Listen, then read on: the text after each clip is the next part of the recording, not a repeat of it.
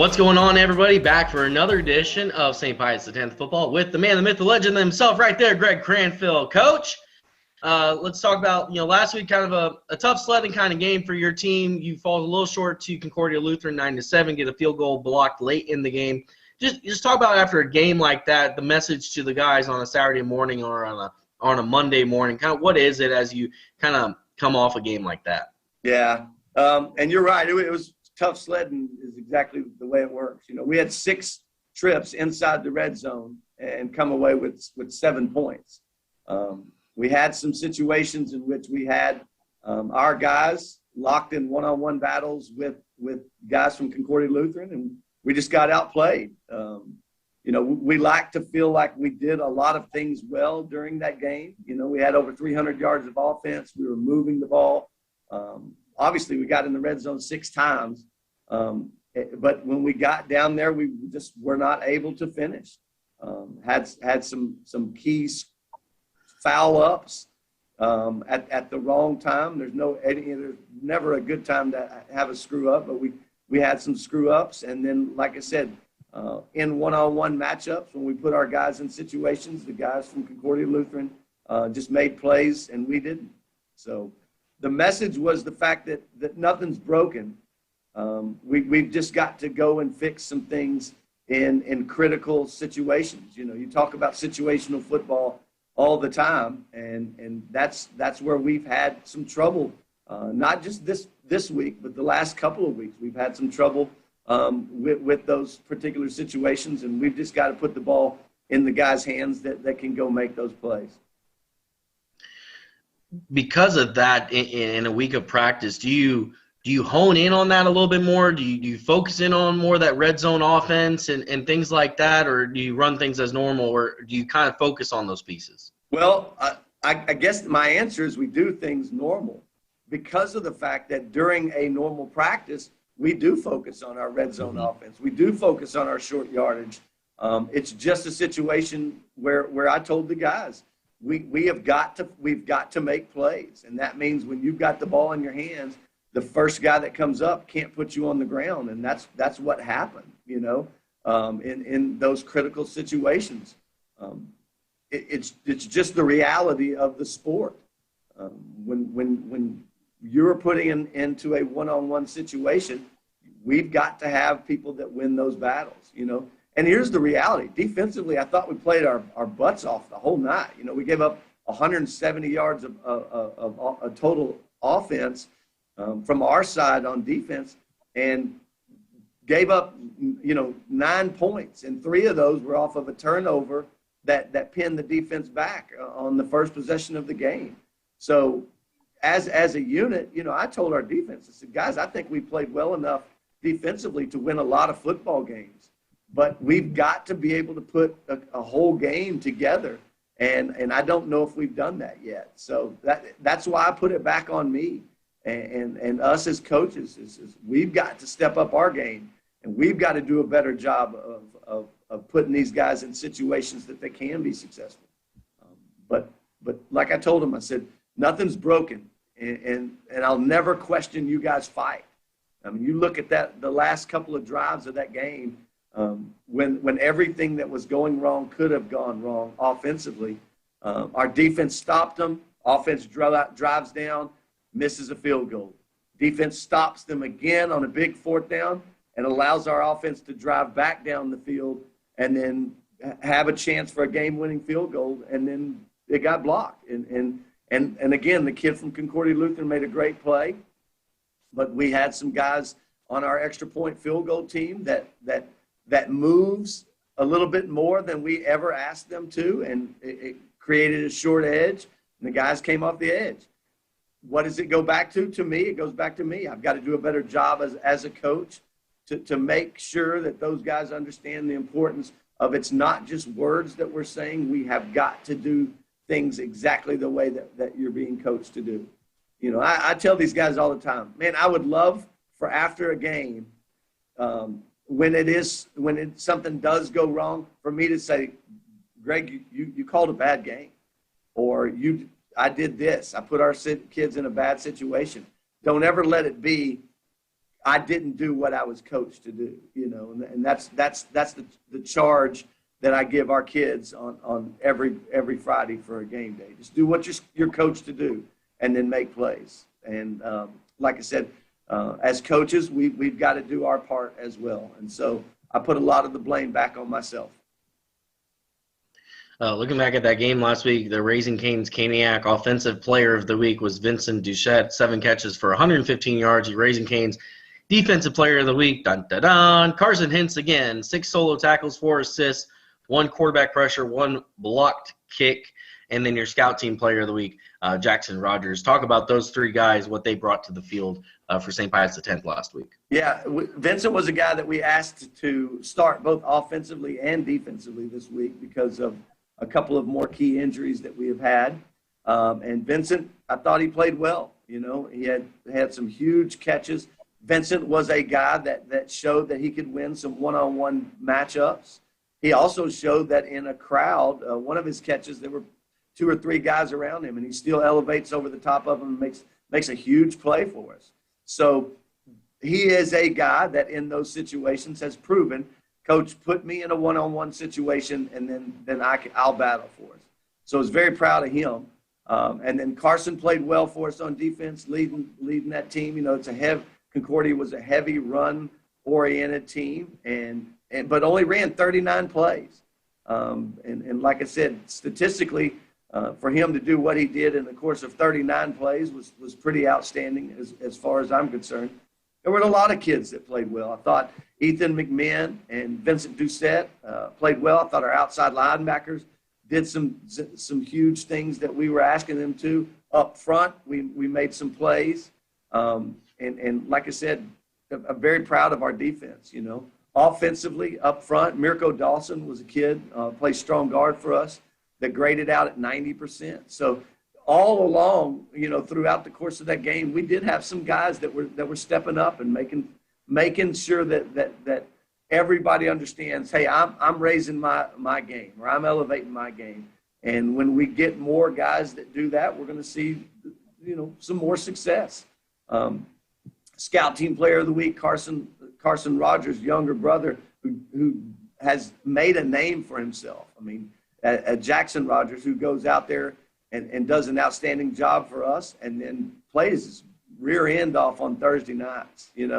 I just like his guts, and I like his heart because he's not afraid of anything, and that's a big deal to me. And so I'm proud of what Jackson has done for making a name for himself, and he's going to be a guy that one day we're all going to be talking about on the varsity level. And he's doing the things right now at the JV level to prepare himself. So we're real proud of him. Yeah, you mentioned in there the injury bug has kind of bit this team a little bit over the last few weeks. And, like a guy like Vincent stepping up the way he has in some spots where injuries have come up. Is that, I know coaches never like to see injuries. You never want to see your guys injured. That's a horrible thing. But when you do have guys injured, do you feel like that gives the other guys an opportunity, that window of like the next man up opportunity? You kind of like see like, okay, who's really going to take this opportunity and this chance now to prove to me and prove to this football team that they can step up when this guy goes down? Right, absolutely. And we were in offensive meetings today and have a lineman that we stuck in there with our number 1 unit. And I told them, guys, the one thing you can assure yourself when you play for us is that you're going to be given an opportunity. Now, what you do with that opportunity, it's all on you. If you get in there and show film of, Coach, I can do this and I can handle that, then it's going to basically equal game time situations that we're going to put you in. But when you're given that opportunity in practice and you are not performing well in practice, it's back to why and how is this happening? And most of the time we find out it's because of lack of preparation for that moment for each one of those individuals. We talk about it in the past about Nick Saban being questioned about, Coach, why are you starting this guy over this guy? And, his answer is simple. It's because we evaluate our players. We know what they're doing in meetings. We ask them questions to hear if they're giving us the correct answer. We watch them in practice to see if they're doing what they're supposed to do. And then that basically rewards them playing time on Friday nights. And as a fan, you don't see that. You just see a kid standing on the sideline going, well, why wouldn't Coach put him in? Little do they know that during those meetings, Coach has given him opportunities to prove that he's ready for that moment, and he's not coming through. And then you do have guys that are coming through, you know. Like you said with Vincent. Vincent stepped up, started making some plays, and we hope that he continues to do that. Because it all goes back to the one word that we say every week of this meeting. It's all about consistency. Not just doing things one time, but doing things on a consistent basis that truly make you one of those elite players. And we think he's got an opportunity to do that.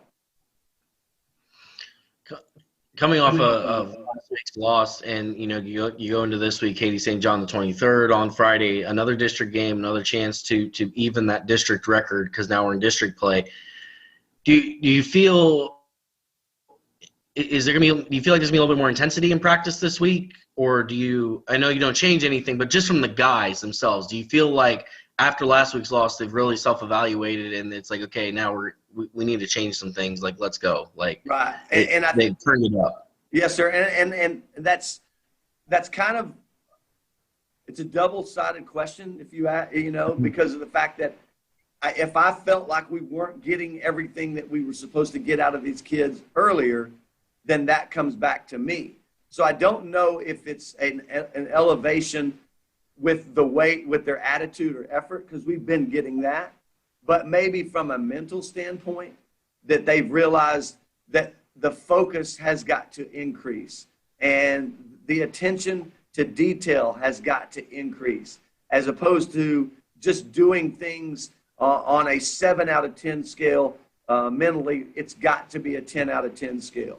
You know, you go back to what Dion said, you know, the other day. Why are you practicing? If you're not practicing to become, you know, an elite player, then you're just out there watching the segment timer, waiting for the end of practice. And we don't have guys on our field that do that, but mentally, we've got to make sure that we're all, you know, all moving in the right direction. Yeah, and that's what I meant. You know, I'm not questioning the physicalness of this team or anything like that. Just Correct, like from a mental standpoint of like that switch flipping a little bit more of like, hey, like it's, you know, it's go time. Like we gotta.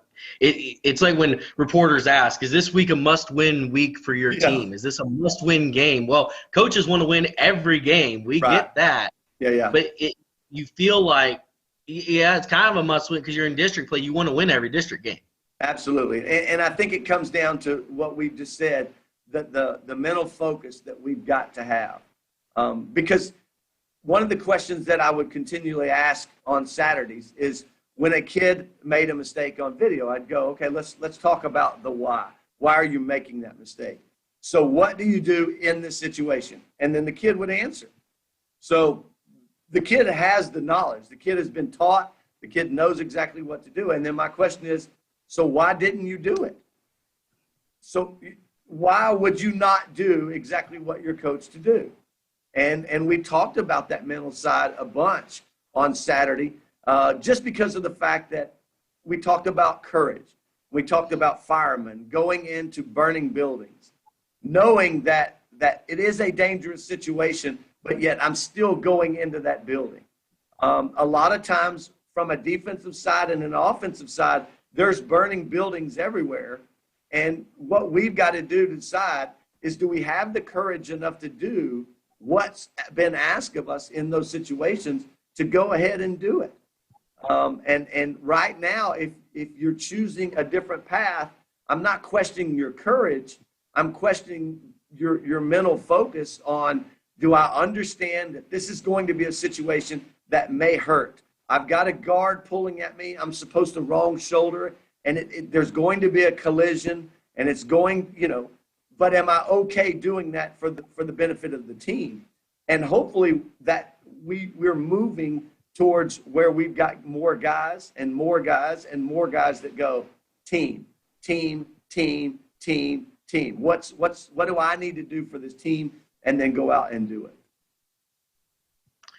And that would be the perfect way to end this show, talking about team. That's it, man. Talking about team aspect. There's no I in team, as like they always say. It's for the team effort. Well, St. Pius X takes on Katy St. John the 23rd this week. They set it 2-2 on the 2021 season, 0-1 district, trying to get that first district win. Coach, we appreciate the time. As every week, every Wednesday, you can tune in to the St. Pius X football show with Coach Greg Cranfill and myself, but he's really the star of this whole thing. So we will see you. I just follow your lead, brother. Following your lead, man. We'll see you back here next week. Thanks, yes, sir. guys.